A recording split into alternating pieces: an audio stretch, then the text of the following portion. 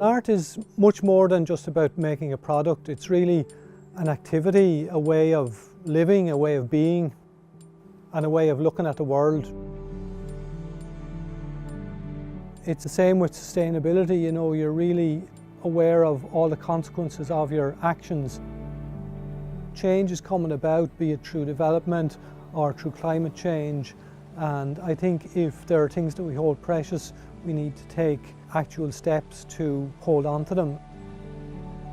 I quickly identified energy as a kind of a pressing need in the community, and through that started to generate dialogue with other people outside the artistic world who had similar interests.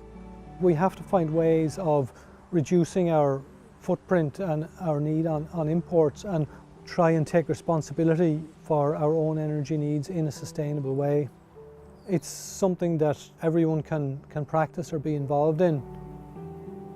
The future is still an unknown. I think in a way for rural Ireland it's kind of a tipping point. It's a big debate. Is rural life sustainable? But it's a fantastic lifestyle, and I think it would be a huge loss if it were to disappear.